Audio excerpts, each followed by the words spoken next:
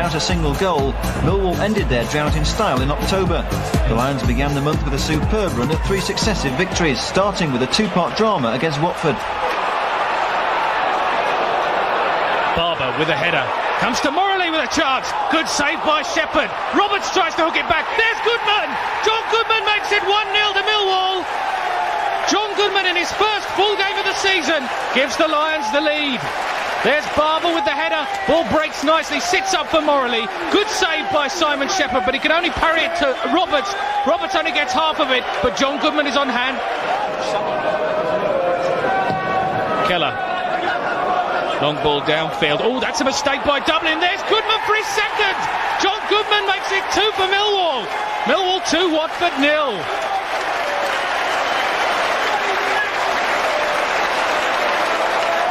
It's Keller with the long ball downfield. Now this is a real hash of it there by Keith Dublin, and it takes no second bidding for John Goodman to lash the ball in left-footed. Shepherd then clears long downfield as Watford striving to get back into this game, but it's Millwall in possession once more. Goodman with the touch. Here's Pavir making great strides towards the goal. Pavir, can he go all the way? No, it's a penalty, is it? Referee is consulting with his linesman, is he? It's a free kick just outside the box. That one was close. Let's look at it again. Pavir, look at the pace he's got there. 3 defenders around him, but none of them can get near him. Tackle comes in, and that was close to being a penalty. Free kick then to Millwall, right on the edge of the box. Phil Barber is over it. Andy Roberts is there too. Barber with a shot into the wall. Roberts! Andy Roberts with his first goal of the season makes it Millwall 3, Watford 0. Superb strike from Andy Roberts. Here's the free kick from Barber. Comes back out of the wall, and Roberts, right-footed from the edge of the box, makes it 3-0 to the Lions. Mark Beard then will take the throw. Finds Richard Huxford. Huxford turns well. Huxford through ball. Finds John Goodman in space now. Goodman with a chance for his hat-trick, and he's scored it. John Goodman, returning to the side after injury, has scored his hat-trick. It's Millwall 4, Watford 0. Here's Huxford, and what a lovely ball that is. Goodman invited to get onto it. Round Simon.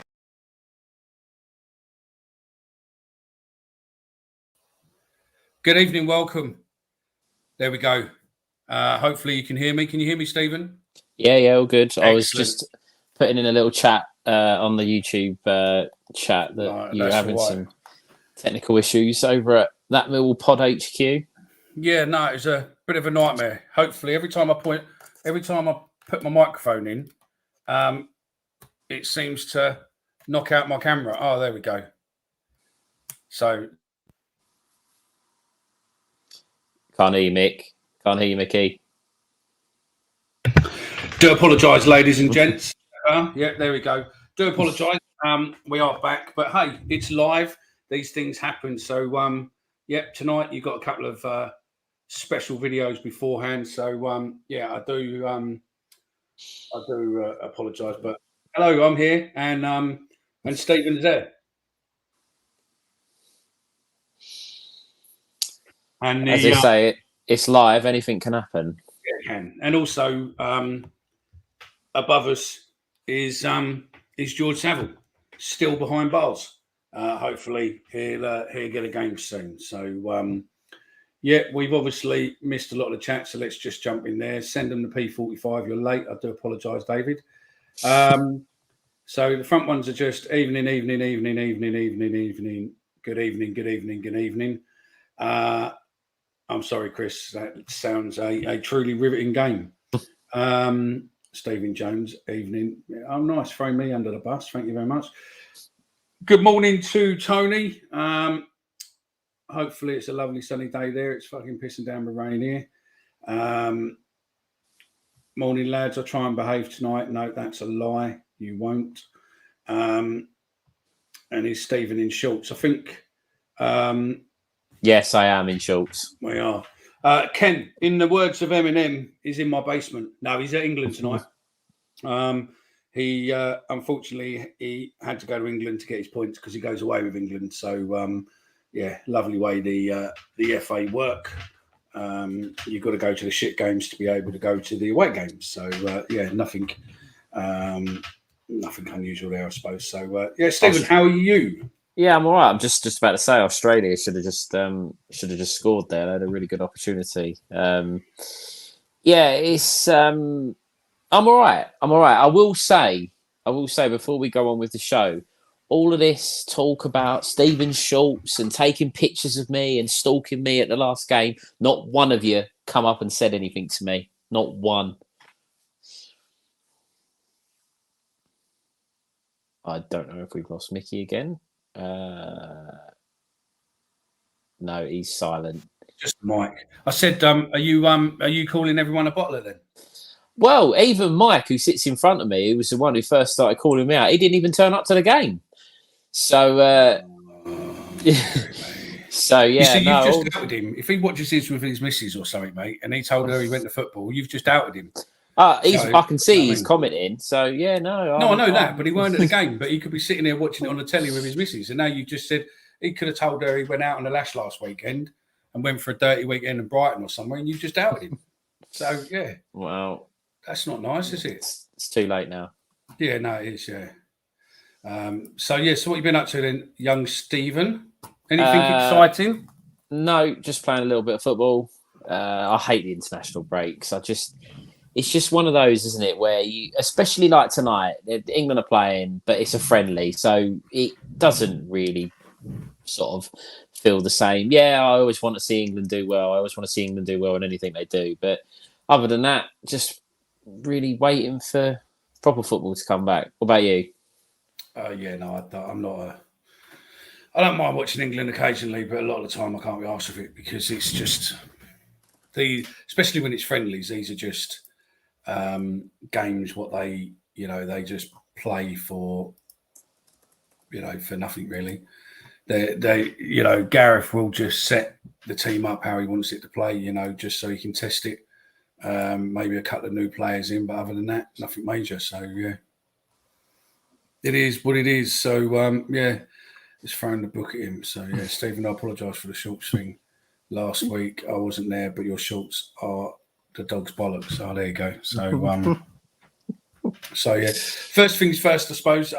We have got a post on Twitter that there is a chance you've got this weekend, but there is a chance to nominate us for an FSA award, even though the FSA, I'm not going to go on to anything what's happening currently in the news and everything else because it will just get us into trouble and we will get banned and everything else. So we'll leave that. We'll just have a real world avoidance for the next hour and a half, 2 hours. We've got some questions, and we've got a show coming up what we need your help with. Yeah. Also, I don't know what your thoughts are on this, Mickey, but are we going to do a giveaway for next Thursday, or am I now just throwing you under the bus even further? Just throw me under the bus. You just throw me under the bus. I was going to do something on Sunday, but no, we can do something. I'll think of a question in a minute, and then we go. But it'll be on this show, and we'll close it off on Tuesday. Okay. Probably, because then that gives people who watch it or listen to it on a podcast, it gives them an option to be able to get in. So we'll do a question on Twitter, and then basically you answer that or do something on there, and then we'll go from there. So keep an eye over our Twitter over today or later. We might tell you what the question is, but it'll be on Twitter, so don't answer it until it's on Twitter. There we go. We got 2 tickets what we're going to give away for the Legends evening next Wednesday at the Den. Wait, next Wednesday? Yeah, it's Wednesday, I think. It's Wednesday the 18th. I thought it was Thursday the 19th. It might be Thursday the 19th. Shall I have a look? I'll do it. Okay. So let's start off. I've got a question. I was reading talking about pubs last week. Do you remember the Sanford near Horsham Street? Horsey Street end, Mickey. The Stanford near Horsey Street end, Mickey. I've got no idea what that boozer is. In Bermondsey? is that, Ken? I've got no idea. And I just checked. It is next Thursday. Definitely next Thursday. Okay, so it's Thursday. So yeah. So I was reading the new. I don't know if you've read it, Stephen, but the new Dem Plus, their stories behind the paywall, but not really a paywall. It's not like The Athletic and all that. Oh shit, we got a woman. There's a woman referee. Didn't know that. Basically they have a bit more in-depth stuff than what they do on News at Den. And there was an article on there this week talking about Jed, and it's quite an interesting take on it to a degree. About that we pretty much miss someone of Jed's ability on the right hand side. Good evening, Alex.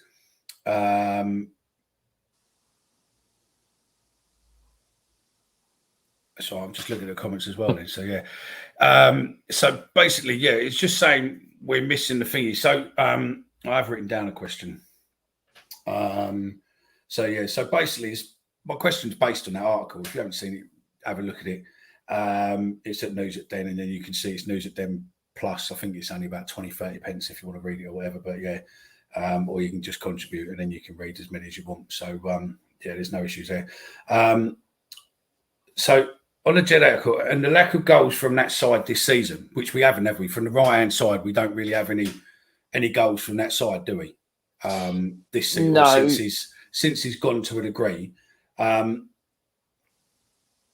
got a number of players who played on that side who are not obviously right wingers. So do you think really that the key area to strengthen in January is someone to play off Norton Cuffy, giving him someone, like a right winger to combine with, which might actually bring the best out of him? Like a Wallace type player, a quick, wide player in front of him. He seems to have to do a lot of it himself, doesn't he? And he just hasn't got that level yet. I personally would love us to play with wingers, but Rowett doesn't want to. When you play the 5-back, unless you go down the 5-2-3 route, which leaves you with one striker, and then you've got like. I just don't see us really signing wide players. The only reason we signed Burke in January is because we would never have done that had the 5 at the back last year worked. It's only that he went to a 4 and he was shoving Voggy out there and Honeyman and other players in round, what is it, square peg or round old square pegs are saying, I think it is. It's because we've basically the whole. And I can see you going, we don't play wingers and all that no more. I understand that. But what I'm saying is it something, good evening, Monica, is it something that we're missing? Because we've done all this 5, but we don't have the players to be able to play in those positions.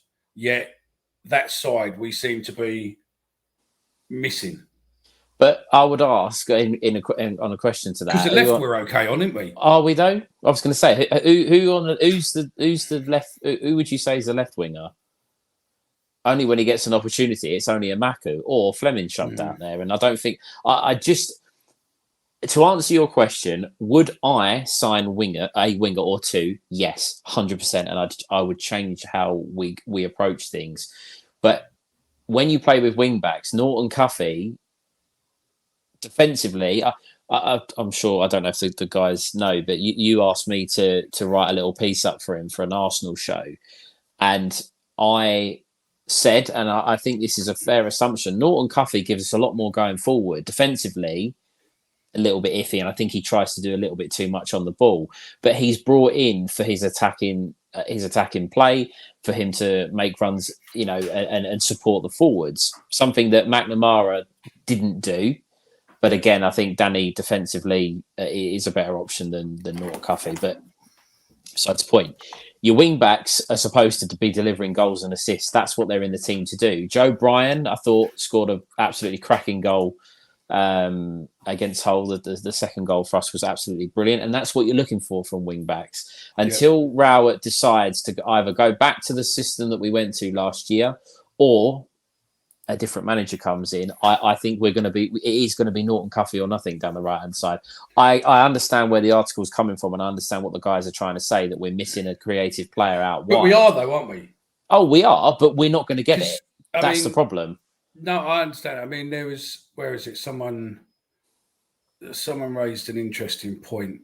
Where are we?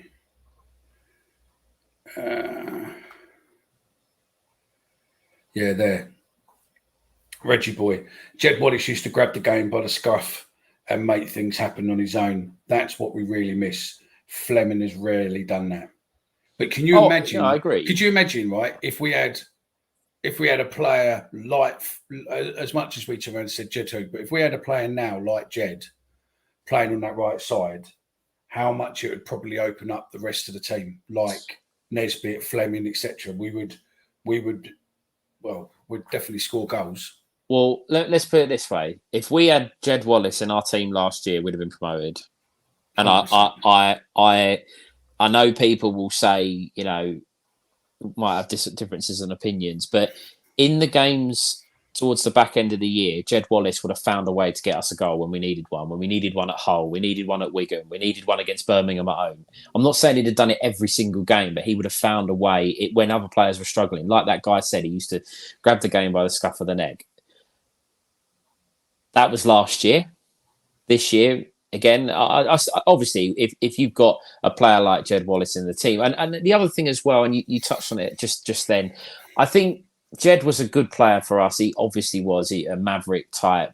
We looked for him for some inspiration. I mean, one season under him, I think it was Jed Wallace FC, because if he didn't play, we didn't do anything. Yeah, but. Yeah. I think we need to. I think as much as it's you reminisce, and as I said earlier, Fleming and Wallace in the same team last year would have got us promoted. But I think we do need to be looking elsewhere. But a player like Jed, a winger, someone who's willing to be brave on the ball. There was a comment that someone posted about on our budget. The closest thing we've got to Jed Wallace is Duncan Watmore, and I can kind of see where that guy's coming from. Because Duncan Watmore tries to pick the ball up and run at defenders. He tries to make things happen. This might be controversial. I just don't think he has the ability that Jed had. Yeah, no, I think you're right there. I like the way that people are calling him the Honey Badger. I take it that's Honeymore. Yeah, that one there. That's it. That was the comment. I can understand that. And I think the goal or the Plymouth game, where the couple of times before before Fleming's goal, the couple of times that we really looked dangerous, Duncan Watmore had the ball at his feet and he was taking people on, and he found a way to find a shot on goal twice. You see, that's an interesting bit there. The wingers don't exist there. I mean, obviously, I know that Daly Millwall, Gaza, and the other David, I think, are an older generation, but I don't think we have wingers like we used to now. Oh no, and our players now are a bit more showy, aren't they? Then the players coming through now are a lot more showy than what, and not really. I don't know. Not really. I would argue wingers aren't wingers anymore, and there's not many proper centre forwards in world football. And if all you have to look at is at the top level, and I'm coming away from Millwall a little bit. It is hard to name more than 6 or 7 strikers in world football that are considered world class. Now, if you think about 20 years ago, you could name every team had one really, or 2. You look at people talk about Man United needing a striker. They couldn't. They ended up with the young lad who they bought, Hoyland or whatever his name is, because there isn't proper strikers out there. And I think it's right with wingers. I think. Someone said the other day on social media that football's changed over the last 30 years, and it's about playing pretty football and keeping the ball and stats. And I think that's right. And I think wingers, natural wide players and natural strikers are kind of, not being phased out, but people don't want that anymore. They want you to centre halves who can play football. They want your 1-2s on the edge of the box and silky pass it into the back of the net. And we're not a club that will ever be that way, I don't think. No, I get that. I agree with you there. I mean, Gaz has probably hit it on the head there. I think because there isn't necessarily a massive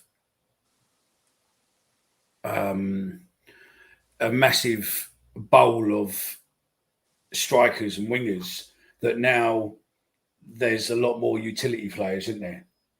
Oh, I mean, I hate it. Whenever we sign anyone, the first thing that the News at Den or the Millwall website or whatever, whoever breaks it, always says the versatile Joe Bloggs, or the Joe Bloggs can play in this position, because that's what managers want. They want players that can do everything, but you don't ever get a true, an out and out winger, an out and out striker, because they're asked to play in all different positions. Mm. And that comment, managers expect forwards and wingers to defend these days. I agree. Again, going back to top level football, but Harry Kane. How many times do you see Harry Kane sit in his own half trying to ping a pass 60, 70 yards because Southgate encourages that and wants him to do it? So if we had this discussion the other day about, are England dictating to clubs what system they're playing because they want everyone to be able to play the same kind of way? I'm not saying that happens, but other managers look at that and go, well, my centre forward might be able to drop back onto the halfway line and play a ball over the top, or my wingers need to be coming back and helping. And just as that was very close, wasn't it? That was close. That was really, that caught my attention there. That was great defending from Lewis Dunk. That should have been 1-0 though to Australia for the people not watching. But yeah, football is a completely different game nowadays. And whilst I still believe and want us to have a couple of wingers, maybe a bigger striker up front, I think the sooner we realise that we're probably not going to get that and try and adapt to understanding that football has changed, I think the better. Don't lose it completely, but there's no way, no manager will ever come into Millwall unless they're, Neil Harris reincarnated and try and go big man, little man up front. It's just not going to happen. No, I get that. David, I'm 31 now, my birthday. Well, happy birthday for yesterday, mate. But yeah, you're still older than Stephen. So Stephen... No, he's is not. He younger than you? Yeah. I'm 32. Thanks, you're older. You're older than Omar. So yeah, not as old as me, but you're older than Omar. So yeah. Let's have a look in there. Kane was always back defending corners. Kane can actually pick out a 30-yard pass and give it to the player's feet. Totally agree with that. Oh yeah, he can. That's played not well for England the other day.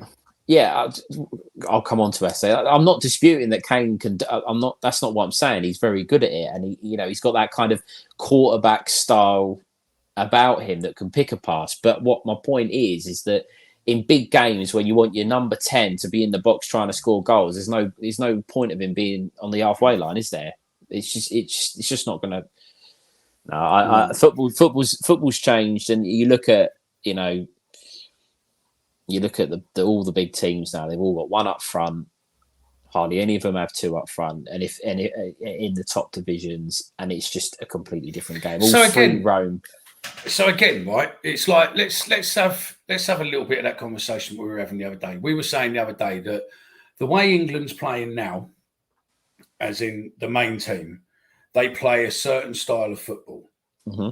And is that style of football, again, for those in the crowd, we'll come to a question that David raised in a minute as well.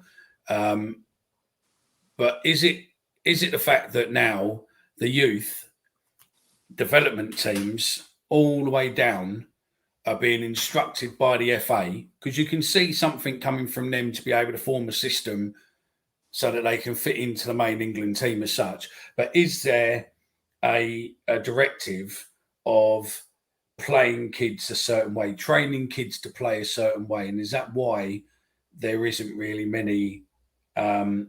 Because it's not just England what plays that way. There's quite a few nations now, the bigger nations, what play that way, isn't there?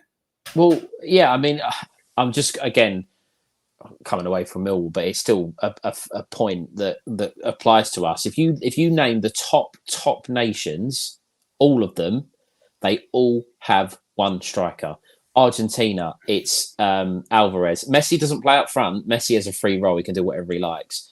Brazil, again, I know they struggle with their forwards, but they played Richarlison on his own through the middle, and it's all flair attacking players in and around him. England, Harry Kane. France, Mbappe. I know Giroud, you could argue they've one team that do have a little bit more about them. Spain, I couldn't tell you who the striker for Spain is, but they only play with one. So I think I'm not saying that this might come across as I am, but I'm not saying this just, to try and cause controversy. But Pep Guardiola has so much to answer for in the way that football's changed, because he has single-handedly he took Barcelona to the highest of highs, playing really nice football and pretty passes, and Messi scoring goals for fun, Suarez, Neymar, and all of that. And everyone's looking to play that style of football. They all want their centre-halves to be able to play football now. It's all possession stats, and it's all about, how many passes are we making? How much of the ball are we seeing? Have we got players that can turn on the ball in the middle and shift it left and right, which is what Gary Rowett is trying to do with us. He is trying to make Jake Cooper play football. He's trying to make Murray Wallace play football. He's trying to make midfielders in the middle. That's why Alan Campbell's playing. He wants Alan Campbell to pick the ball up, turn, and be able to play a pass. It's just not quite working out. And I think that's all. People always, spoke about Jose Mourinho and his defensive tactics and this, that, and the other, which was fine. But Guardiola, to me, has got a lot to answer for, because everybody wants to play pretty football, and not everyone's good enough to do it. I can't answer this because we said the other show that I'm not fantastic on it, but maybe you can. Do you agree with the Daily Millwall there that the false nine is the biggest crap in modern football? Yeah, again, the false nine, Harry Kane is a prime example of a false nine. Someone who drops deeper rather than actually, you start further forward and then you end up dropping deeper. Again, these technical terms, false nine, and attacking midfielders and things like that. Football's just a completely different game. It's a completely different game, and unfortunately. So why can't we play Brian and Norton Cuffy as wing backs? But then if Brian bombs forward and Norton Cuffy tucks in, we go to a back four in possession, only sit as a 5-out position. See, in theory, Alex, that there is spot on. If one goes, the other one should sit. But what tends to happen is they both go. And then one of you would then be reliant on one of your midfielders dropping in and trying to help out. But again, that doesn't always happen. I really can see what Rowett's trying to do with it. If Joe Bryan is on form and Norton Cuffy's on form, we have two wing backs that can really create a lot of opportunities for us. The problem is that Bryan isn't the quickest. He's not slow, but he's not the quickest. So getting back takes a bit longer. And Norton Cuffy's defensive sort of awareness and his tactical side, I think, needs working on, which then means you're left with Jake Cooper, Murray Wallace, whoever, just stuck. With players attacking them. Yeah. I can see what Rowett's doing. Norton Cuffy was a really good signing, and Bryan is a really good signing.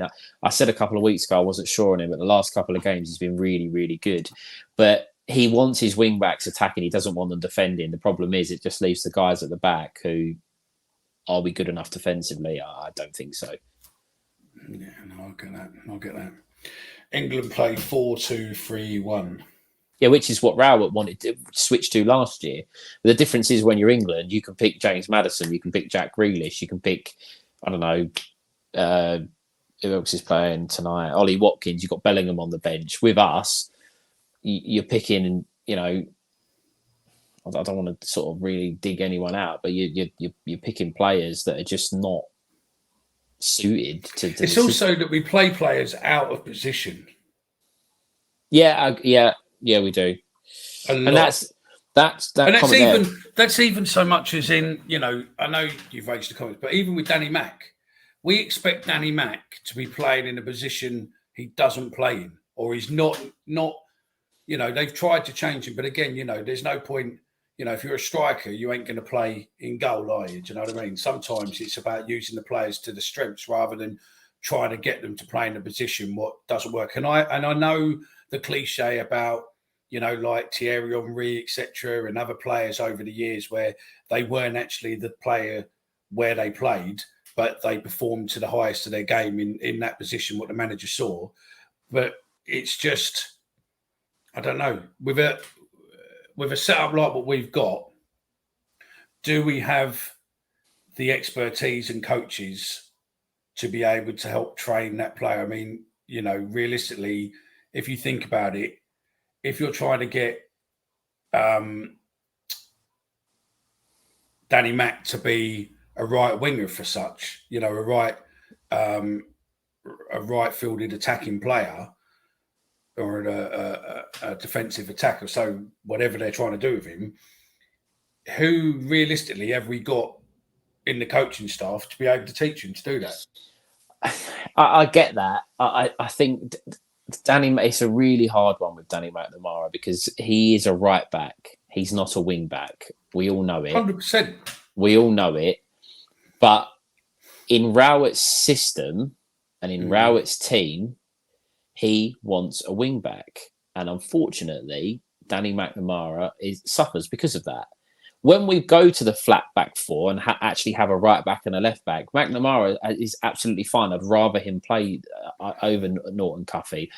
I just think Rowett gets stuck, and he continuously gets stuck with knowing we probably don't have the players to play the system that he wants, but he's going to play it anyway. And that's the problem. Yeah, no, I think you're right. Lads, have you noticed? We have for you. Yeah, no, there's a... Have you got... No, so I've filtered that there. And again, is this... Because we're not just the only ones. There's a lot of injuries going across the board. But is it purely because of the fact that we're expecting more out of players than what they're used to or what they're capable of? Because, I mean...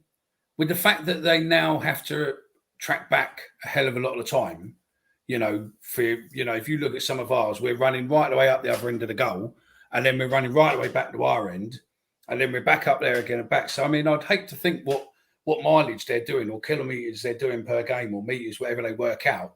But is that why we're getting injured? Because we're playing to an enhanced level on the pitch every week, and then basically the training is hard? I don't know. I think the facilities at the training ground are clearly an issue. That's they wouldn't be trying to build a new one if it wasn't an issue. And I maintain, and we've spoke about this as a group so many times, it is harder to play football without the ball than it is with it. Because you're constantly chasing and running and moving. You're asking Duncan Watmore, who's not had the best record with injuries, to be running after the ball for 70 minutes. It can't be good for his body, his legs, his knees, ankles, or whatever. And I think it's a combination. The training ground facilities are not good enough. We're asking our players to get through a lot of work every week. And I know what you're saying, Mickey. They're paid athletes, and they're paid a lot of money to play football. Yeah, but hang on. Before you on that point, when I say they're paid athletes, I mean as in they're paid athletes and whatnot. But if you've got someone who let's take Danny Mack again, right? Because I don't like all the abuse they get, and we can come onto the socials and all of that in a bit. But basically, take Danny Mack. Danny Mack is what, mid-20s, early 20s, 23? So say he got into football at 10, and throughout that period he's been told, you're a defender, you're a right back, you're in defence, right? Your aim of the game, halfway line, defend the ball, right? That's it. That's where you go. And if you've been training and practicing running half the pitch and back, to then suddenly for the last season or two to be running the full pitch and back, that must put something on you. And I don't know if, I'm 48. Okay. I don't know. I'm 48, but I'm not necessarily going to be able to train to be an Olympic runner. But even a marathon runner is going to be, hard work. And I just wonder how much of the players nowadays where they're trying to change them do find it hard unless you have at the elite end of it where you will have nutritionists, private fitness coaches, strength coaches, agility coaches, all of that sort of stuff at your, I don't think for 1 minute that the guys at the top of the Premier League go in, when they go to football training, they go there and have their dinner and everything else there. They're the sort of people who get home and they've got a private chef what will, cook them their protein lunch and, this and that and iron and this and everything else, which is detailed for what they want to do. But Championship, League One, etc., where the money isn't, those players are going to be pretty much stuck in the position they've been since they were at school, apart from the younger ones sort of coming up now. So the 16, 17, 18-year-olds coming in, they've probably learned the system, what a lot of the Prem teams are going to be playing in. But the mixture of players, and we've got an older team. We've got average of 27, 28. Mm.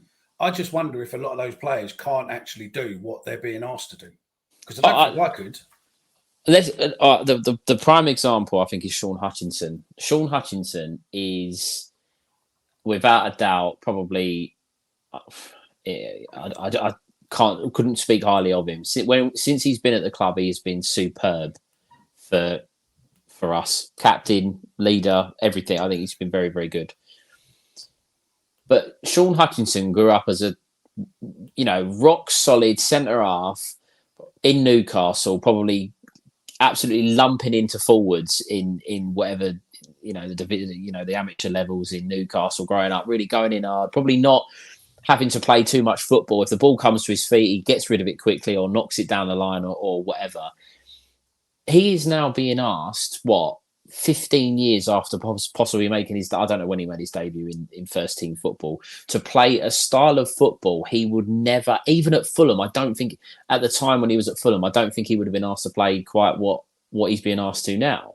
And you're right, I think there are a lot of players. Jake Cooper's another one, although I think Cooper has the benefit of being younger and being able to perhaps slot in around other players like Leonard and Harding, who seem to be able to bail him out a little bit. Our players are being asked to play a style of football that, how many of them have been asked to play that style? Even Zian Fleming at 23, 24, whatever he is, there is no way he was ever asked to play this style of football in Holland, ever. No, I totally agree with you. And again, last year was probably a sort of was a showing that when he was forced to let the players play more relaxed and how they wanted to play, that was when we started to perform. When they're playing under his strict regime, we say the strict regime, that's when the players look as if they're not comfortable on the ball. Mm. Fucking Wembley. Sorry. The shot if you're watching the TV, the shot on the TV is showing the dark sky behind when they could have, I'm not going to continue. Go on. So yeah, I mean that's a question there, but I don't think it will happen. Would you want Chopper back as a forward coach? I don't think he would do it, and I don't know if it'll be a proper clash of personalities. I think between him and Ram. I don't see. I just can't see how. Why would Neil Harris want to drop down to be a coach? Right, he's been first team manager. Yeah. I can't see that. Plus, 3 weeks on the trot, by the way. This geezer keeps saying, if you need a striker for your team, he's your guy. So the problem is, David, is that for my team, I'm the striker. So I can't. Bring your boots, David. Can't drop myself, mate. So yeah. Alex says Hutch, Coops, and Harding, though not a bad three.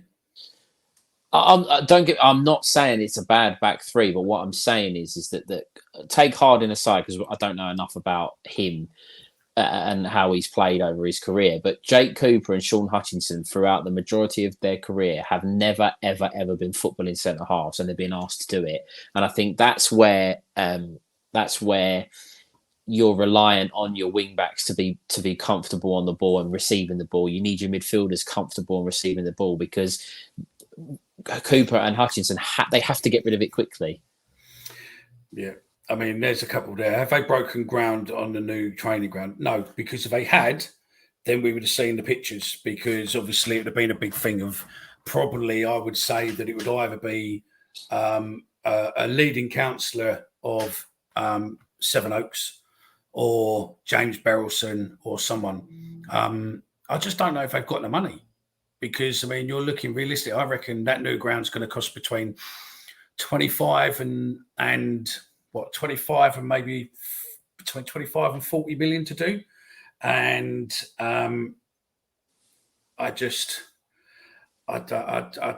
it's not done yet, but yeah, we'll wait and see on that one. But yeah, it's not done yet, but it needs to get done. David has a valid point. We've only got a 45-minute team, not a 90-minute team. Our stamina is shit for Millwall. But again, though, I know it's really difficult, but did we look like a team that's only got 45 minutes in the legs against Rotherham? And I know Rotherham were really, really poor, but we had the ball. We made them chase after the ball. We made them chase us and work hard. And when we had the ball, our players didn't look tired then. They didn't look like they were running out of energy. They looked like I know, again, it's Rotherham. You take it, you got to understand that they're not the best opposition in the league. But that's because we had the ball. Yeah, exactly. And when we've got the ball, we're not necessarily having to run everywhere. And also, I'm not being funny, but if we had a team out of our listeners and we were winning against the team 3-0, we would have a smile on our face. Do you know what I mean? Oh, yeah. Once you've got that cushion, you're going to have you'll have a smile on your back. So, But at West Brom at 0-0, our players looked like they'd run the marathon twice over at the end of the game, because for 60, 70 minutes after missing the penalty, they chased the ball around. They were so. I don't think we've only got 45 minutes in our legs. It's the fact that the majority of the time, Raul will ask his players, or he'll let the opposition have the ball. As soon as you let the opposition have the ball, you're putting your team under pressure instantly, because you're asking them to use more energy, more stamina. And that's where our problem lies, I think, in my opinion. Yeah, no, I get that. I just want to see who it is. So we'll look at that in a minute. We'll look at there in a second. But it's an interesting point here. Look, a lot of injuries happening down at Millwall. Someone needs to look at the sports scientist. Mr. Robert Second. I don't know who Robert is. I mean, I'll have a look. What do you make on that point, though, Stephen? Well, yeah, I think they need to the sports science, everything, the facilities. That we do seem to have a lot of injuries, but at the same time, I think Duncan Watmore, you just expect him to play a couple of games and then get injured. I think someone made a comment earlier, with the way that our budget is, it was the same when we signed Mason Bennett. We sign good players, but they just have a bad injury record, and that's why they come to us. Yeah. Which is a shame. It's a shame, but that's just how it is. Yeah. I can't see anyone on there. The only person I can see on there, again, we'd have to look into him, is the only one they've got listed on there is as head of performance and health. It's a geezer called Dave Carolan, who they've got, and someone who asked a question the other week. We've got Mark Sale, who's the senior scout for Northern, and then we've got another Dan Maloon, who's head of technical scouting, and Paul Tanner, head of medical. But something's wrong. Why we're getting so many injuries, and they're all similar injuries.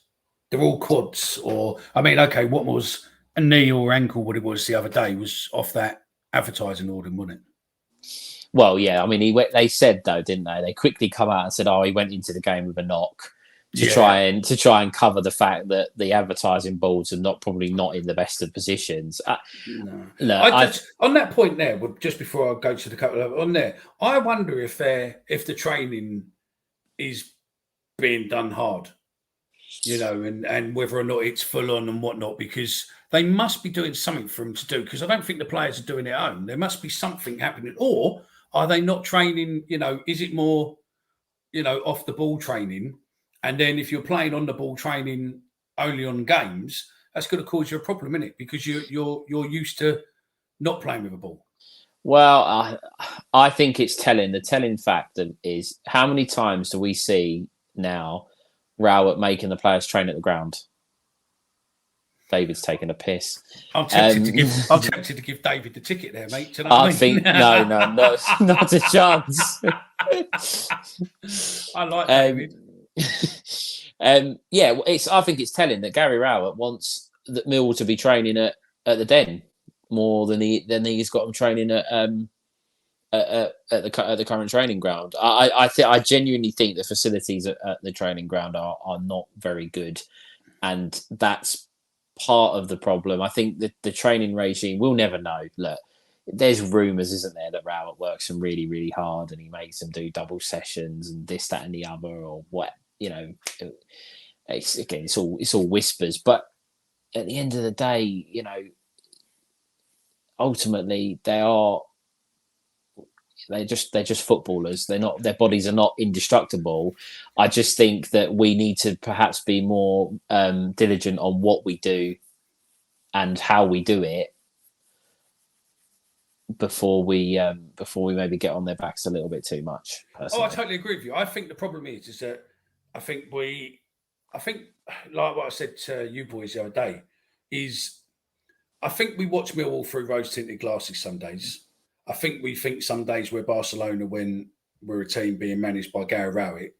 And also I think that because of social media and everything else, it's all too easy to have. And I know that all our shows and stuff across social are all based on reaction and everything else. And, you know, sometimes we can be negative to a degree, but I just think that some of the abuse, what we give some of our players is possibly a little bit overmatched. On that point, Alex, I don't think you'll ever see any heat maps from Gary Lineker because I just don't think there was a technology to be able to map them. And also, you know, you think about it, Gary Lineker took a shit on the pitch, mate. That would never ever be now. Fuck me, he'd be cancelled for that now. For the guys in the chat, and I'm gonna something you just said there, Mickey, and I'll ask you as well. When you said that we watch Millwall with rose-tinted glasses, which I agree. Sometimes I think that we do, but the whole game last week, and if everyone in the chat can comment on this, I want a rating out of 10 for the first half and a rating out of 10 for the second half. All Mickey, right. Go. I think the first half we weren't great. Second half we were better. So, and not really all of the second half either. The reason I asked the question is because a 5 in the first and maybe a 6, 7 in the second. See, I would go way off that. I thought in the first half we were awful. I thought we were absolutely awful. We started first 10 minutes, okay, we took the lead, was all right up until, you know, again, 10 minutes. But overall, first half was awful. I would go more along the lines of 3 and then 8, personally, in the second half. I thought second half we played really, really well. And I know when you're comparing one half to the other, it was chalk and cheese. But I think we should also look at the fact that in that second half, we played football how I would want Millwall teams to play at home. We did create chances. We did try and get on the front foot. We did have a little bit of fight, a little bit of, that get up and at 'em attitude. And I just think, I get the whole rose-tinted glasses, and I know it's only one half of football, but I do think that our players can really play if they want to. They just have to be allowed to. I fucking hate the comments, by the way, but yeah, the fucking loads of comments coming because of you, and I've lost where I wanted to go. You see, now bring back Chopper as a manager. No, I don't think that's going to happen, and I don't think he would. I mean, you know, if Rowett went, maybe but I don't know. Some days I think you don't want to tarnish the risk of your legacy, and I think he's got a good legacy with us, and I wouldn't want to see, especially nowadays with the way people jump on people, I think, he still needs a bit of respect and all that. See, look, someone else who agrees with me, mate. I've been saying this. I've been fucking banging my head on this for fucking so long. I don't think Danny Pack is playing, one, in the position he wants to play in, and two, how he plays. I think they're just, you might as well put me in Danny Mack's position and I'd probably play the same way. Do you know what I mean? I ain't a fucking, I ain't a right, but I'll run around with a ball, but I'll be better up front. No, I'll be better in goal probably. But yeah, do you know what I mean? It's nice to see someone finally agreeing with me. So yeah, you can be on the bench, mate. Oh, me? I know you. No, you can be on the bench. Yeah, he's definitely ain't getting the ticket now. And Mickey, for your team, when you do one, I'm your guy. Do you know what? We should probably do a fat club, shouldn't we? We should probably just get ourselves a team and just, see what we can do for the crack of it. But yeah, I've been to the training ground and nothing has been done yet. I'm tempted. My boy goes to school round now. I might have a look. I don't know why, but David keeps repeating his messages. I don't know if that's intentional or not. Rotherham, mate, they're a League Two team. Yep. Chris, that cushion did no good against Blackburn. Yeah. Yeah, you said about the 3-0 cushion against Rotherham. Yeah. We didn't have it against. No. The only thing they've done at the new training ground is that they've taken samples of the soil and the samples are left on the side. Oh, nice. I'll have to have a look at it. Maybe we go out there one day, Stephen. You don't live far from there, do you? Maybe we go up and have a look and do a video. We seem to have swapped from a good first half and a bad second half to a good second half and a bad first half. I think you're not wrong there, mate. And then where are we? Let's have a look. Fleming has come through the famous Ajax system. What can Barrett or Robinson teach him? Yeah. Agree, 100%. 100%. Gazza, I've given you loads of plugs for your fucking website, mate. Yeah, and you come out with that. He can have the tickets. He can have the ticket. That's a great comment. Fucking great comment, yeah. Mickey OT, don't know what that is, Soz. I could see teams coming in for the ghost in Jan if he keeps playing well. Casper's the new Zion Fleming. Yeah, I agree with that. I don't know about the new Zion Fleming, but he is very, very good. Very good. England have just scored, by the way. Who is it? Ollie Watkins. Yeah. Grealish drilled it across and he slid in back post. Problem is the sports scientist. I'm going to have to look at the sports scientist to see who he is. Poison in the soil. Conspiracy theory. Yeah. Mickey, have you seen after the match when Rowett does his post-match, the players are running behind him straight after a match? I have seen that, and they do run up, but that's all part of the warm down because when I do the Remembrance Day and we go back in, should I be saying this bit on? I go back in to do something, and then I see them all running around because a couple of years ago when we played Derby on that day, one of the Navy guys was chasing Rooney around like he was a lost schoolgirl. It was embarrassing for. And also, Navy. we're not the only team that does a cool down where they're running at the end of the game. No. If you watch any manager do their interviews, like in the Championship, League One, League Two, every club does it. So there we go. Look, pre-season, he had the teams. I heard this as well. When they started playing pre-season, and the fans across social and whatnot were saying that the players looked tired. He played them for 2-3 weeks fucking hard. And they were fucked. So, yeah. Is it okay, mate, to give someone else my tickets? Yeah, you're not winning them, so yeah. Tony says 2 out of 9. Mr. Nate says 4 out of 10 first, 7 out of 10 for second. Cherry Louis says, I'm just so happy we have 2 away days in a week. His games are draining the fuck out of me. Yep. Hull tried to defend for 45 minutes in the second half. I'm not sure about that, but Stephen, can you be on the bench? Give me 20 minutes. I'll score at least 4 goals and then you can come. Now, that's a challenge.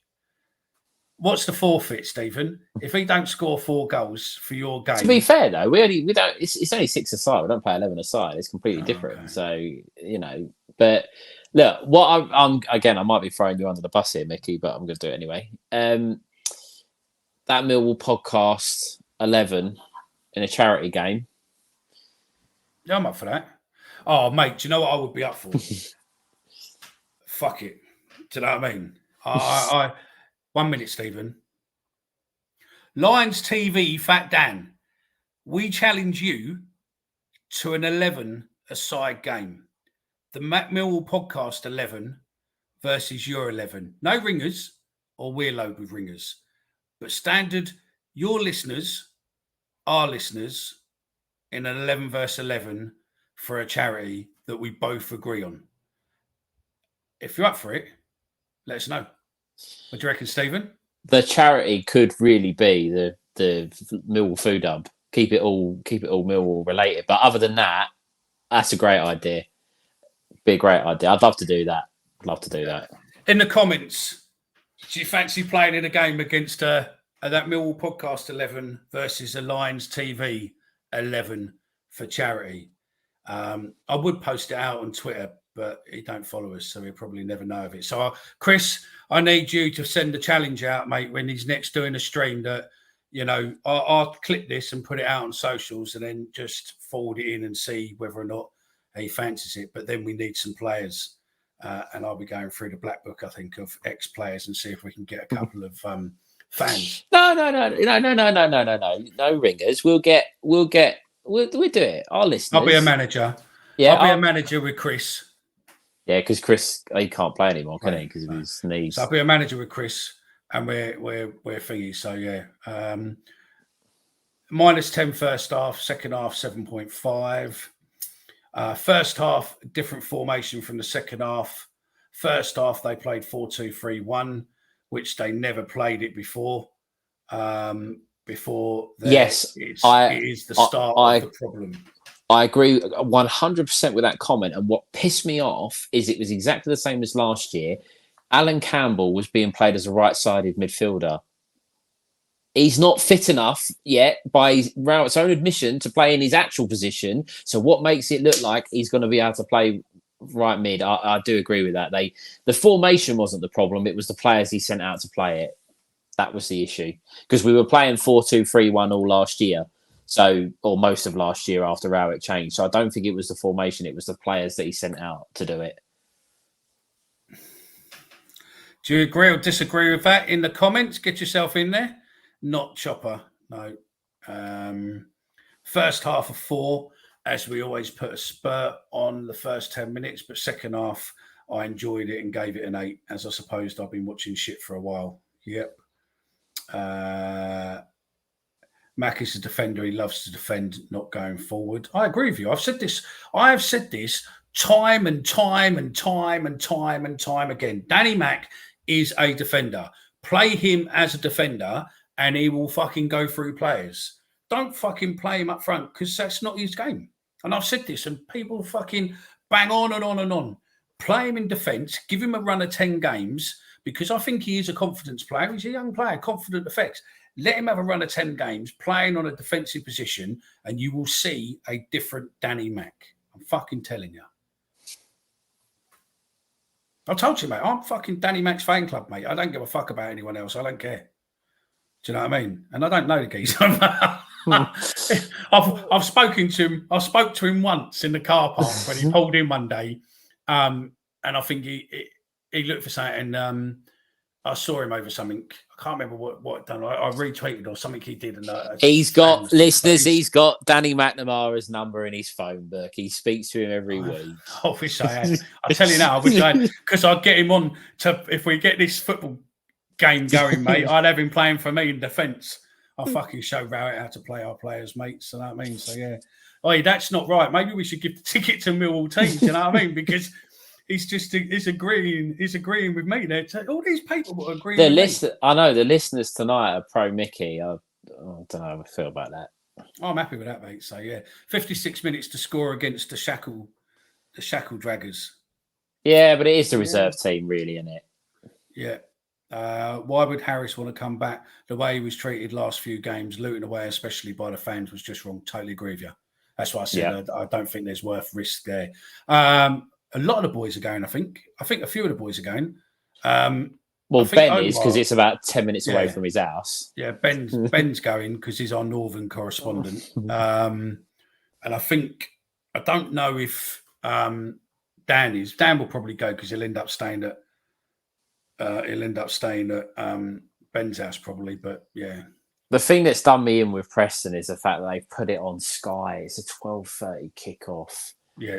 That's the thing that's done me in. But yeah. Fair play if you're going. Oh, mate, David, mate, look, I'll score you. David, you're going to be our striker, mate. And if you're a dog shit, we're playing for pride here, mate. And you do you know what I mean? You best be good, mate, because you're giving it all the chat. If we get this games lined up, you're playing. We've got to find a team. So yeah. Oh, look, there we go. Look, I'll be up for that. Defensive midfielder. We're getting there, mate. We're definitely getting there. Dan would be in goal. Yeah, I'd love him to be on the thingy, mate. Do you know what I mean? I'd love him to be on the both me a manager, him a manager. Do you know what I mean? Yeah, that'd be quite funny. I won't be playing, so yeah. If Mike is still in the chat, the guy who sits in front of me, he could ref it. He's a ref. He could ref it. Yeah, Mike, will you be the ref for the game? Look at that. I'm in, Mickey. I'm your guy. I'll take that down now.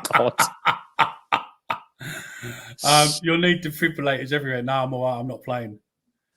I mean, look. I'll mark Pete. No ringers, mate.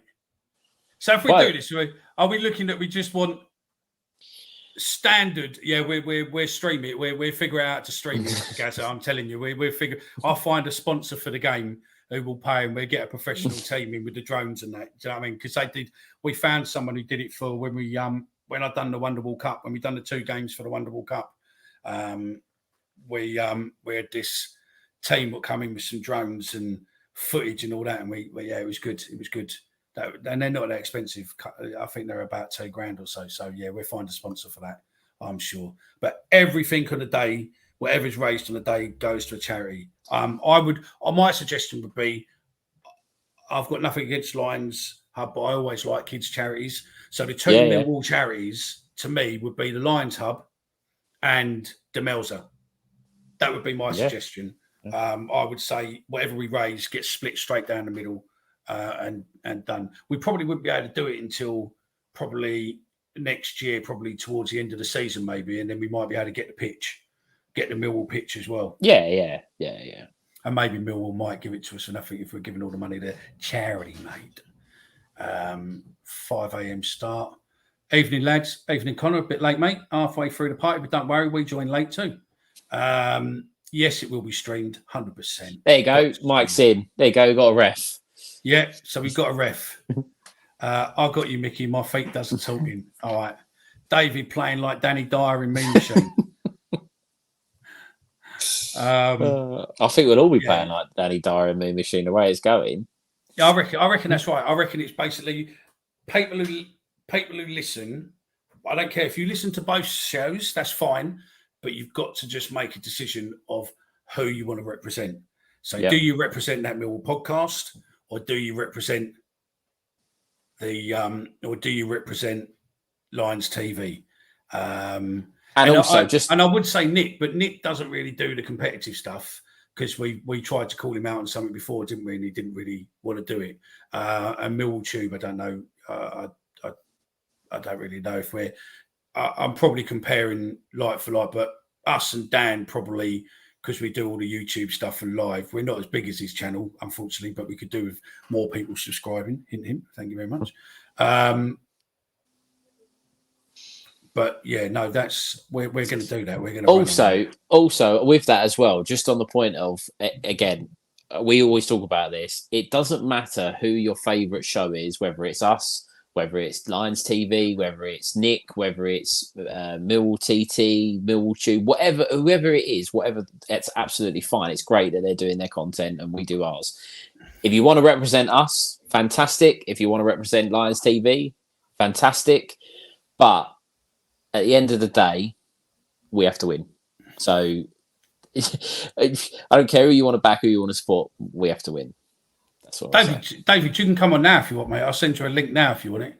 You can come on now if you want, mate, if you think. But I'll hold it to that if we do the game and if you score 3 goals, then, yeah, we'll get you on the live show. Hold on a second. Before he comes on the show, or you send him a link to come on the show, right? Does David play football?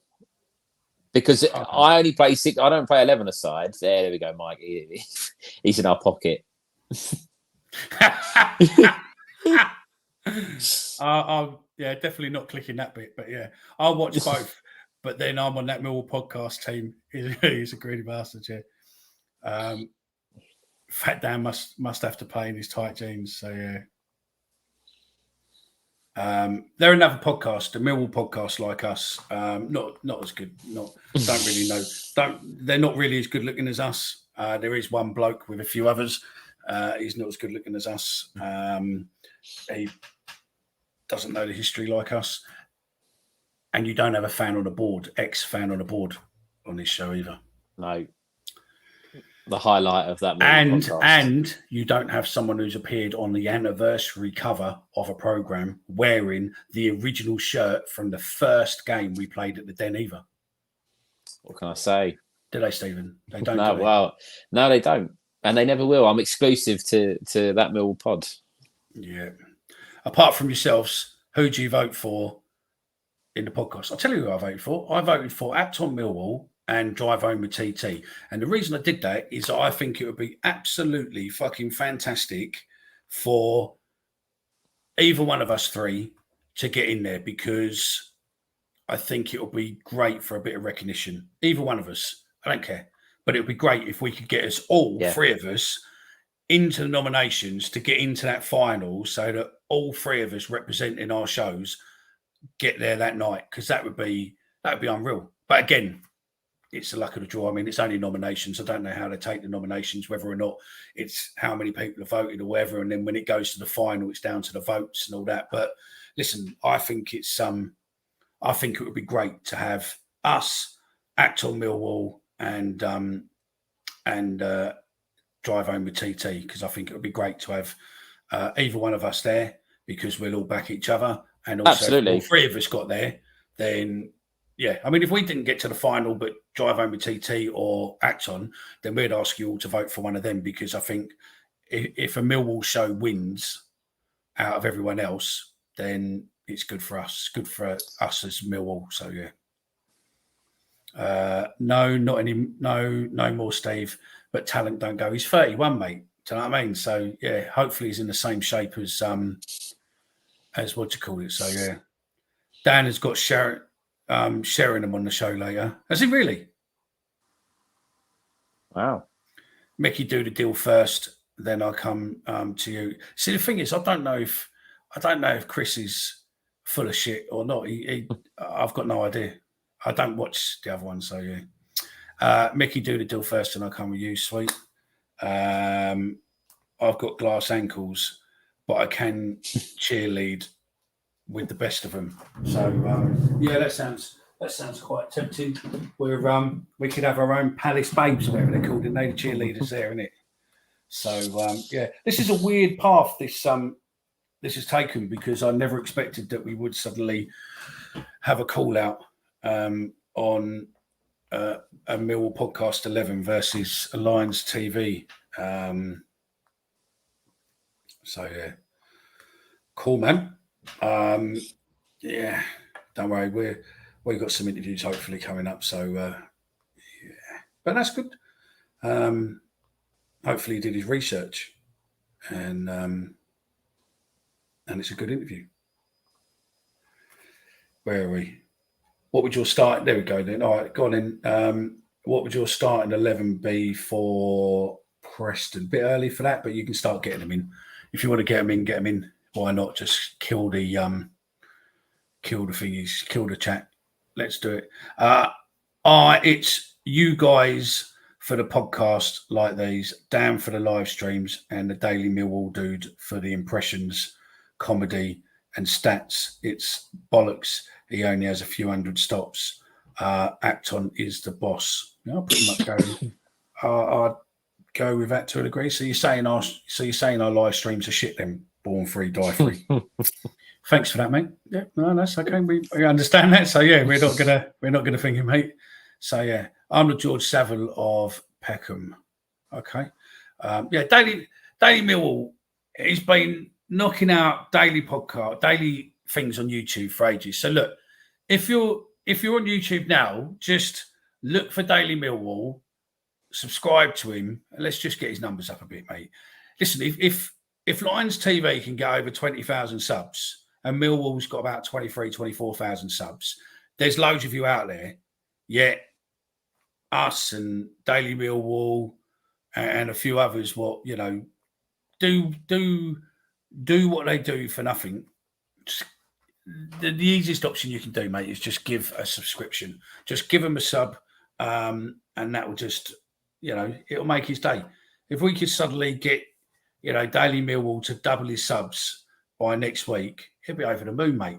He'd love it. Just smoke weed, so just give me 20 minutes. No. Don't work like that. 20 minutes to score 3 goals. Yeah, all right, I'll do that, yeah. Thanks for the pucker shout out again, Mickey. Danny, New Zealand. No worries, mate. Glad for you. Yeah, guys, so basically what Daily Millwall does is he gets like the daily news stuff what's gone on and all that, and he just basically talks about it. There's no visuals. It's just normal stuff. I'll tell you what as well, on that, I can just, if he wants to go and prove it, he can put it in the chat. I've just subscribed to it. So if I can do it, then let's get a few more people subscribed to it. He's going to come back in a minute and go, actually, Mick, you're not subscribed to me. And I'm like, oh, fuck. I did a bit for Dan once, but you lot are way better. Oh, thank you very much, Chris. Match live streams. Didn't know you do. We don't do them because we talked about this, and we just think that if we were to do them, we'd want to do them different to what's out there, and it would be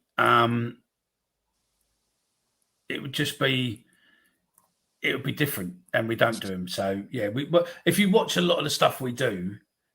What's it called? What's this channel called, by the way? Is it the Daily Millwall? The Daily Millwall. Yeah, I'm just checking that if I haven't subscribed already, I haven't. We just make sure that we do stuff different. We try not to copy other people. Who are you? You could say is a bit of a copy. I haven't subscribed either. I have now. I've just done it. The other thing on that with the match live streams as well is that the majority of us are actually at games, so it's really hard to get signal in the ground. Well, it's not even that. Like if I'm at the ground and watching the game, it's like, do you know what I mean? You're looking at your phone. It just wouldn't work for me personally. Okay.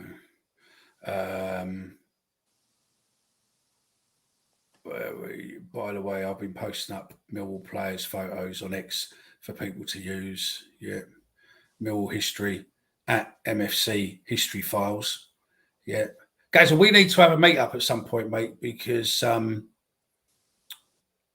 got a few channels what are going to be doing potentially on history stuff in conjunction with the Millwall Museum boys to help give them more exposure and stuff. And it'll be good to have a chat maybe because you've got MSC History Files, I've got Millwall History.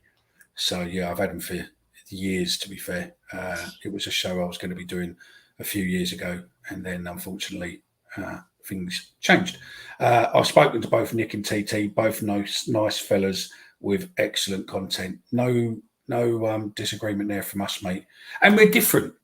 That's the thing. Nick does his match commentary and then obviously a little bit of a chat afterwards. We do pre-record chats.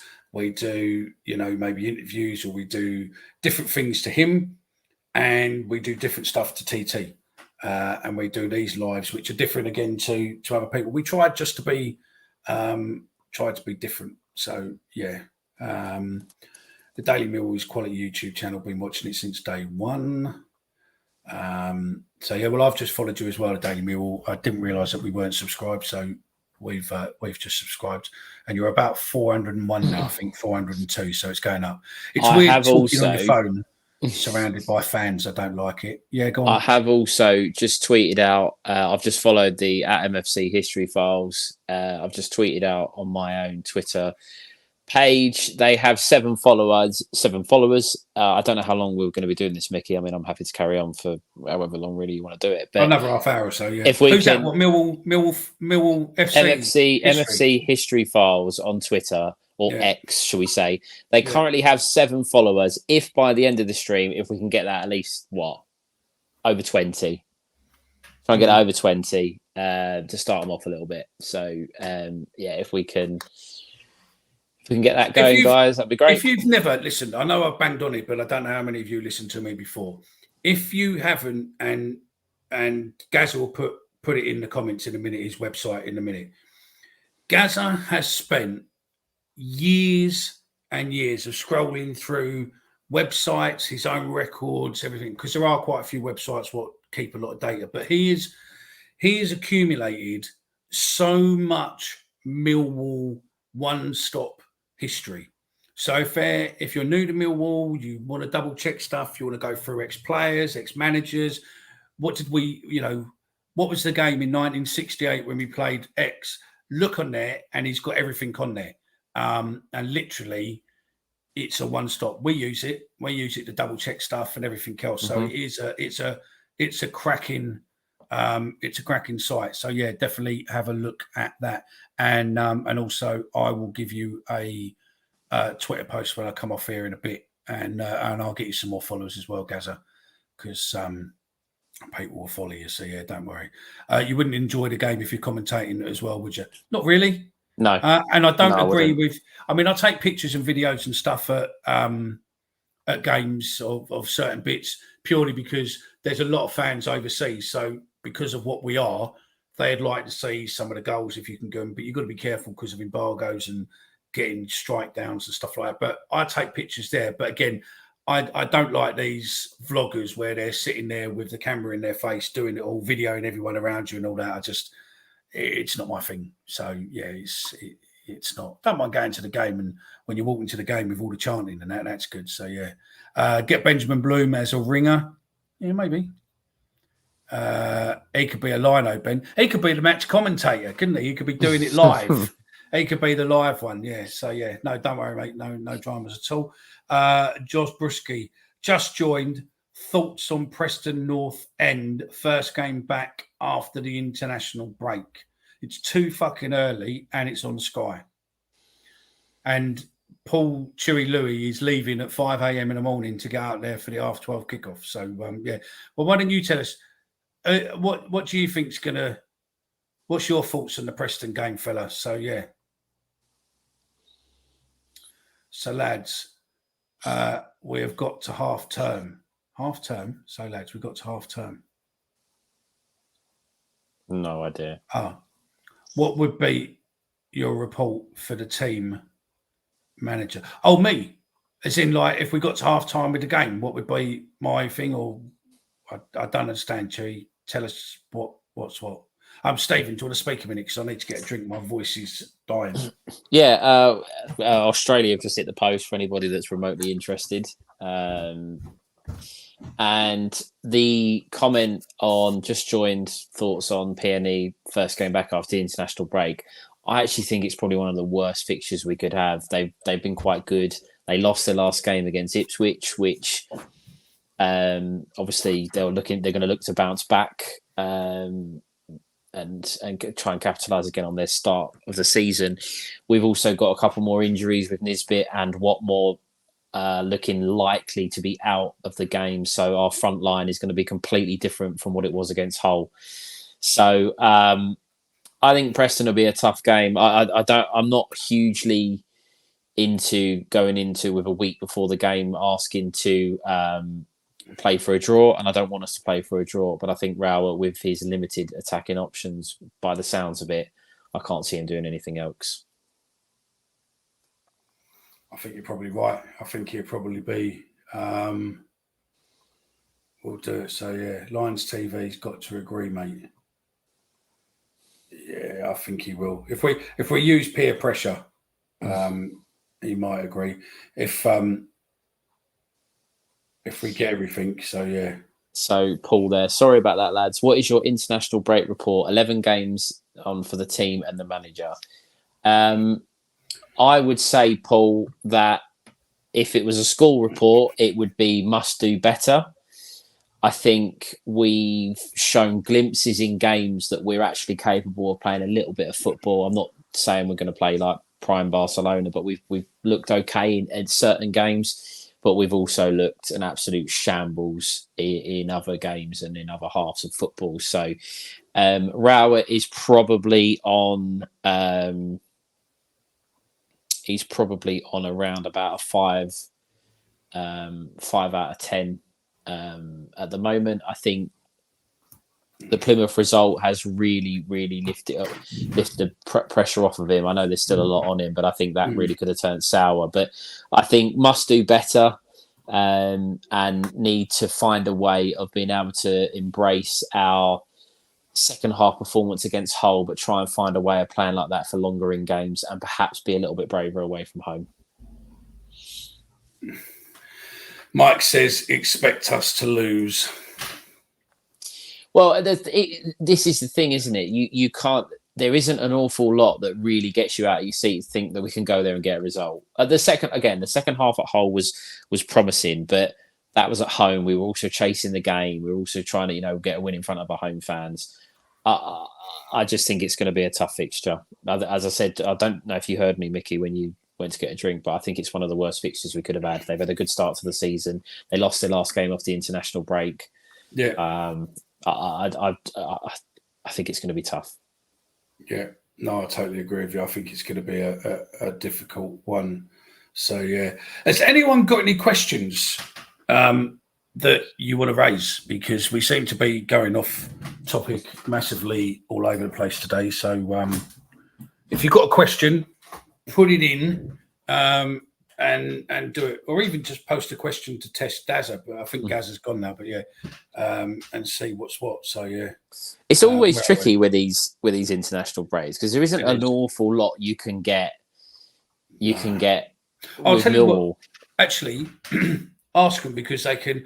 We're going to post something on social. Hopefully, you all follow us on Twitter if you don't follow us. But we are doing a show regarding, and we've got some sheets coming out soon. But and you'll be able to add extra ones if they're not on there. But we are looking at the most underrated and the most overrated players? Isn't it? No, underrated and undervalued. So I say the podcast boys have compiled a list of. No. You've done it. Well, yeah. I mean, I did most of them, but we've put out a list of players probably over the last 30 years, maybe a bit longer, 35 years of players that have been undervalued, underrated. I didn't realise you were that close to him, Chris. Chris, you're the man. You're the agent here, yeah. If it don't come off, it's down to you, okay? Yeah, that did throw me a bit as well. Underrated, undervalued players over the last 30 years. We're going to look to put 11 together, debate it, discuss it, have a couple of honourable mentions. Can't be former player of the season winners. We're not looking for, and we're not. Tim Cahill's obviously not undervalued, underrated. Players like that. So that's something that we'll be looking at. Again, I think Mickey's working on some Google Docs to get some voting going. So have a look out for those. It will help us when we get to make our decision. No, I've got no issue. I've got no issue with him born free. No issue at all. He blocked me across loads of things. And then there was obviously all the thing over the charity, and maybe I think the lawyer, what was with Roy, I was friends with, whether or not that's got anything to do with it. But no, he seems to be in the car park. He talks to me. And he say hello to me and all that, and I say hello to him and have a chat and, ask how his family is. Are you all right? All of that.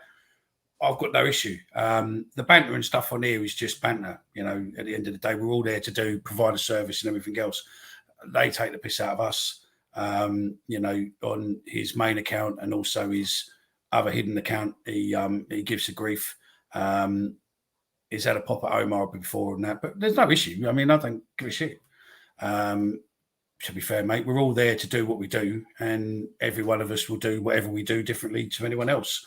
And that's it. But no, I've got no issue. I've not got any of his accounts blocked across any of our social media, but I'm blocked on personal accounts and pod accounts across everything for some unknown reason. I've got no idea why blocked me. Why I can't see any of his content. Got no idea. But we are blocked, including TikTok, Instagram, Facebook, Twitter, the lot. But yeah, he's the only ones he hasn't blocked me on is his secret Twitter accounts that we're not blocked on them. So yeah, don't know why.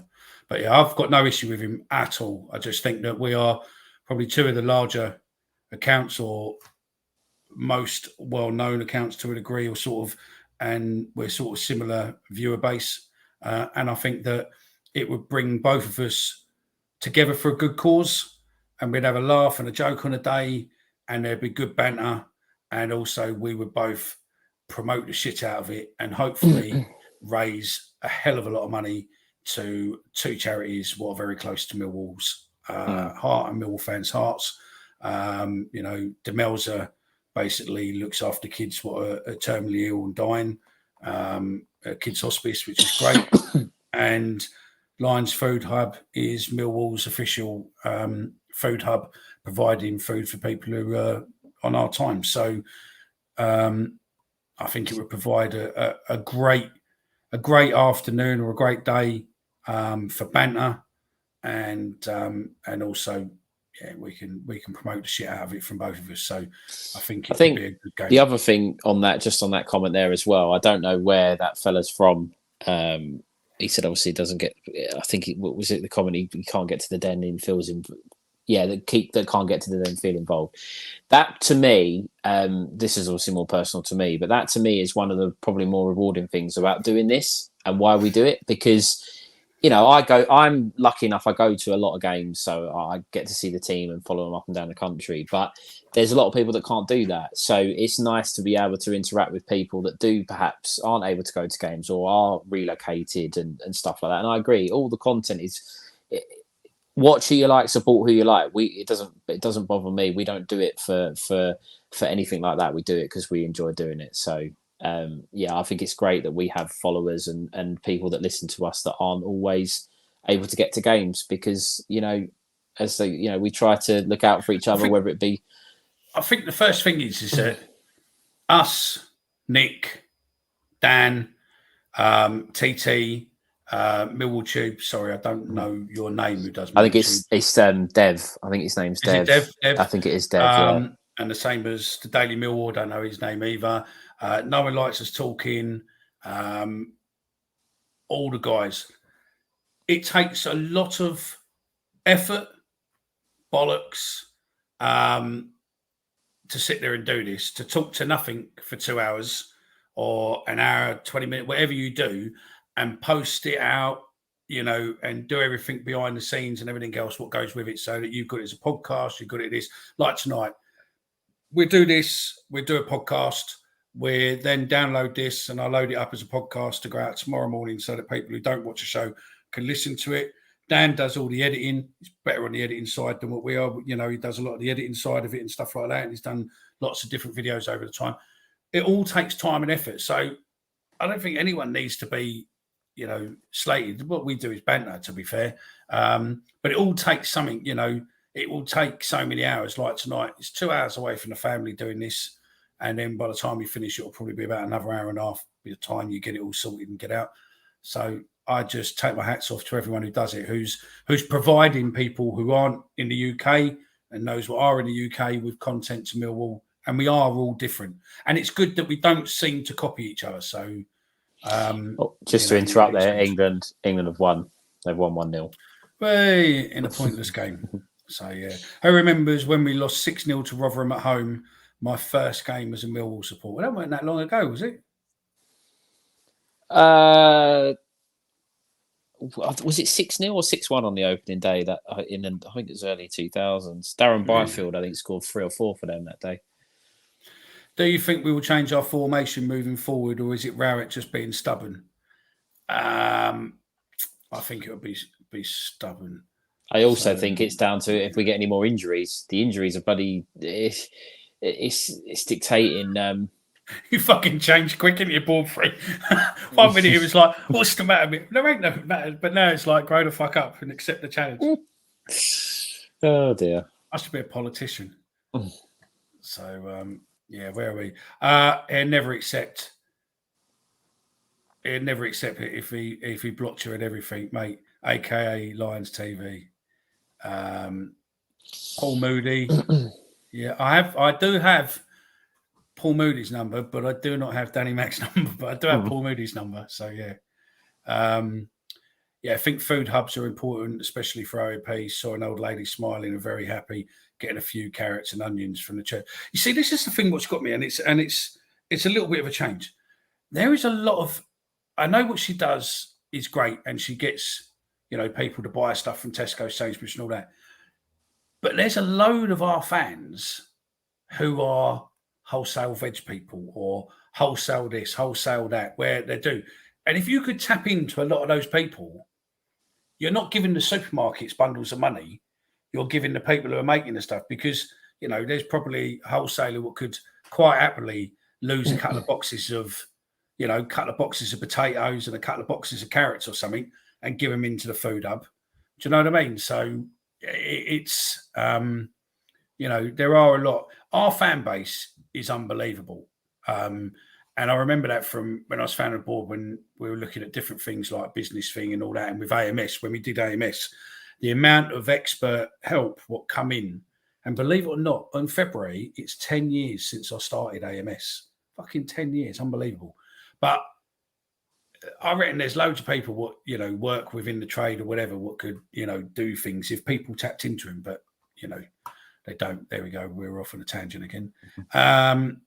I'm personally extremely thankful. No worries at all, fella. Whereabouts are you born free, die free? Whereabouts in the world are you based? Really insightful and brilliant response from you lads. Did you like our England commentary? I'm glad you like that. Tune in on the next game. We're doing another lot. They're playing Sunday in there as well. I think it's a couple of days after that. It might be Tuesday. Oh, okay. Maybe we should just do a live England for the fun of it, should we? No, I think we'd be shit at it. But yeah. I still think if we looked at the team sheet and all agreed it was the bollocks, the Gary Rowett effect will come into play, and then the second half would save him. Yeah. 2002, Denzel on strike. There we go. Yeah. See, Gazza knows his shit. And then, Mr. Nate 19 come in there at the same time. Yes, Bryfield got 4. 2005. Denzel threw it in the net. And anyone you would like to see come into the squad during the January transfer window? I've got a bit of a road one. I've got a bit of a one. I've got a road really. I would be very, very much interested to see how much the buyback clause for Isaac Olafi is, because he is on fire at the moment for Stockport. He's scored. Yeah, it is in League Two. I understand that, but he's putting the ball in the back of the net. I mean, I can't imagine it would be that much of a fee that we would have. I know I would obviously. They're going to have to. They'll make some money out of it. But if we've got first reviews, of which it sounds like we have, and the buyback clause, if he keeps scoring goals between now and Christmas, I'd really be tempted to have a look at him. Yeah, maybe. We got about 15 minutes left before we end. Right, get in the comments. Your worst Millwall goalkeeping mistake ever? I'd probably go with David Martin when we were playing Brighton. If he hadn't fucking thrown it in the back of the net. I'd say the best Millwall keeper one was Jordan Archer with the header. That must have stung. Not just the header, but the fact that he fell quite a distance back onto the floor with no protection. That must have hurt. I am going to give the best and worst both to Jordan Archer. Okay. The best I'm going to give is his save at Wembley when I think it was Clark ran through on goal for Bradford and looked all the money in the world. He was going to put them 1-0 up, and that was a fantastic save. It really, really was. The worst moment for Jordan Archer, and I'm sure if Paul Lewin is still in the chat, he goes to a lot of games. He would have been at this game. Sunderland away, the first year we got promoted up to the Championship, when one of their fellas pretty much scored from the corner flag because Jordan Archer flapped it into his own net. It was you travel 600 miles up to the other end of the country for that. And I think he was also at fault for their first goal, but it's one of the worst pieces of keeping I've ever seen. Okay.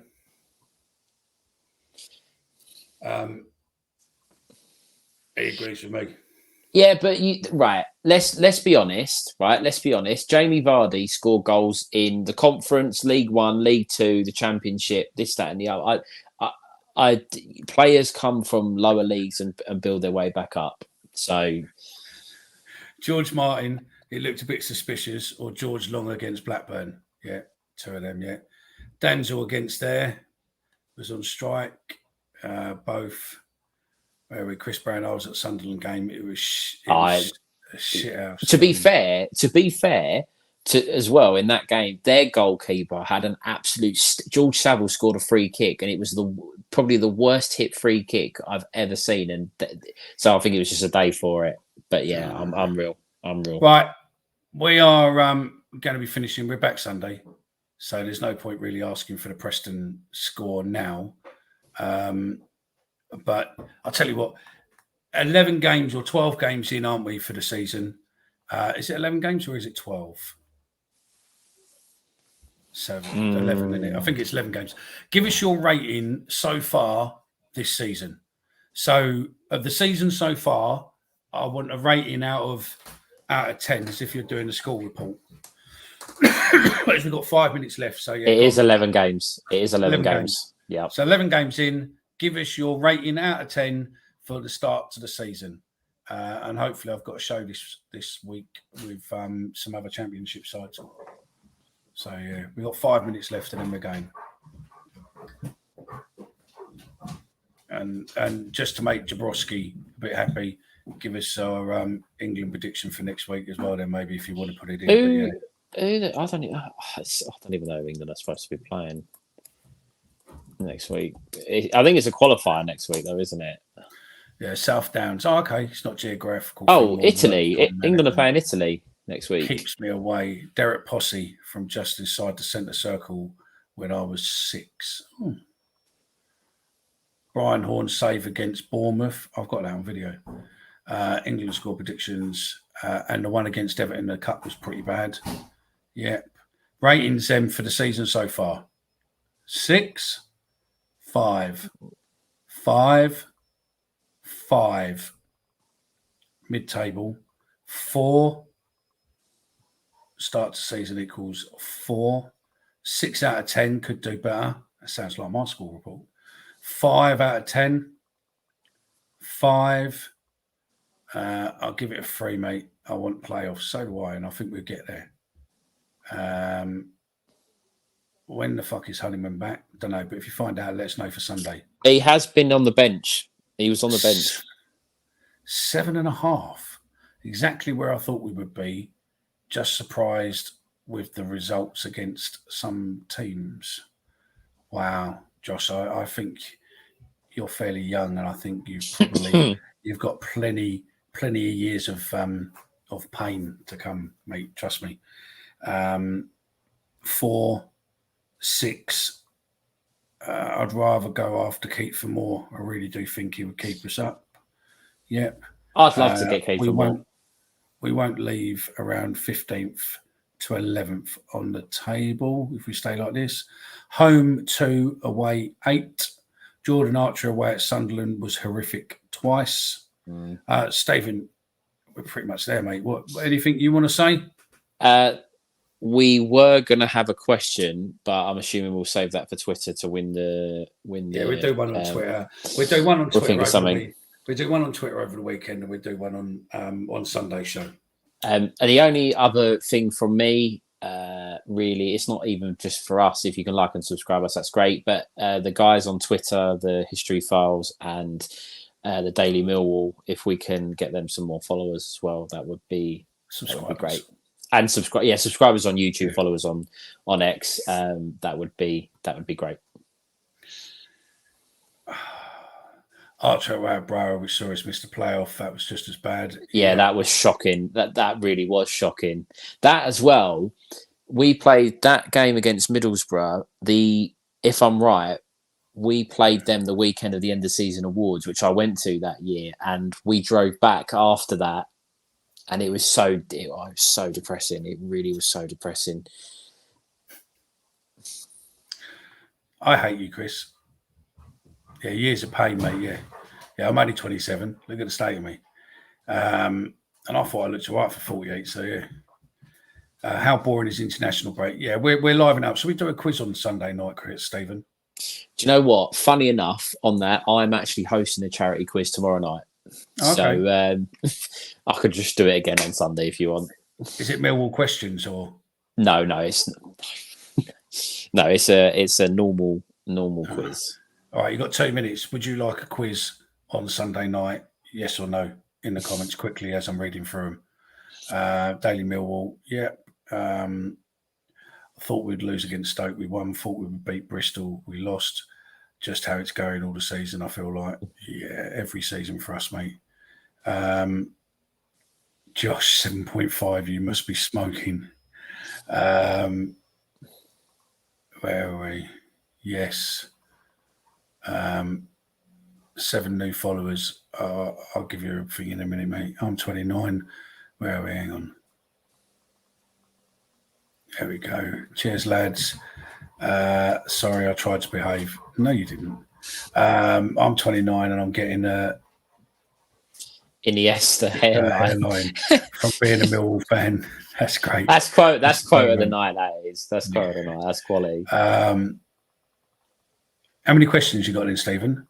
I've got 8 rounds. Well, 7 rounds with 10 questions, and I've got a music round. So, okay, the music round could be interesting because of YouTube getting us struck off. But I'll look. I can sack that off. I can sack the music one off. We'll look at something to be able to make it interactive, so it don't go in the comments, so that then you can't cheat. What year did Mickey and Stephen thingy? I moved up to London in the middle to late 90s. So, my time was from them, really. I knew who Millwall were because my mate's dad used to support them, but that's when I started going to games. My first game was in 1994. We beat Wolves 1-0 at the Den. I was 3 years old. So. Man City, I think my first game was. Can't remember. But yeah. Okay. Quiz it is then. On Sunday night, we will do a quiz. 9 o'clock is the quiz. We will keep. What I'll do. I will. No. I can take the music out and put in a Millwall round. Yeah, and I'll come up. I'll come up with a Millwall round for Sunday. I'll get 10 questions. I'll think of something. Okay. Gazza, you know our email or whatever, mate. If you want to do 10 Millwall questions, maybe, or Darren. Send them over with the answers, and we will include them in. We'll see if we can do a mix of general knowledge and Millwall. That is it. We will be back on Sunday night, 9 o'clock. That is it from us. Sorry for the beginning of the show, but we will make sure we start on time and correct next week. I'll end with this. F-Troop are the real nutters. And I'm not going away for some dirty northern punts to spit all over me. If he spits over me, I'll put a fucking pint glass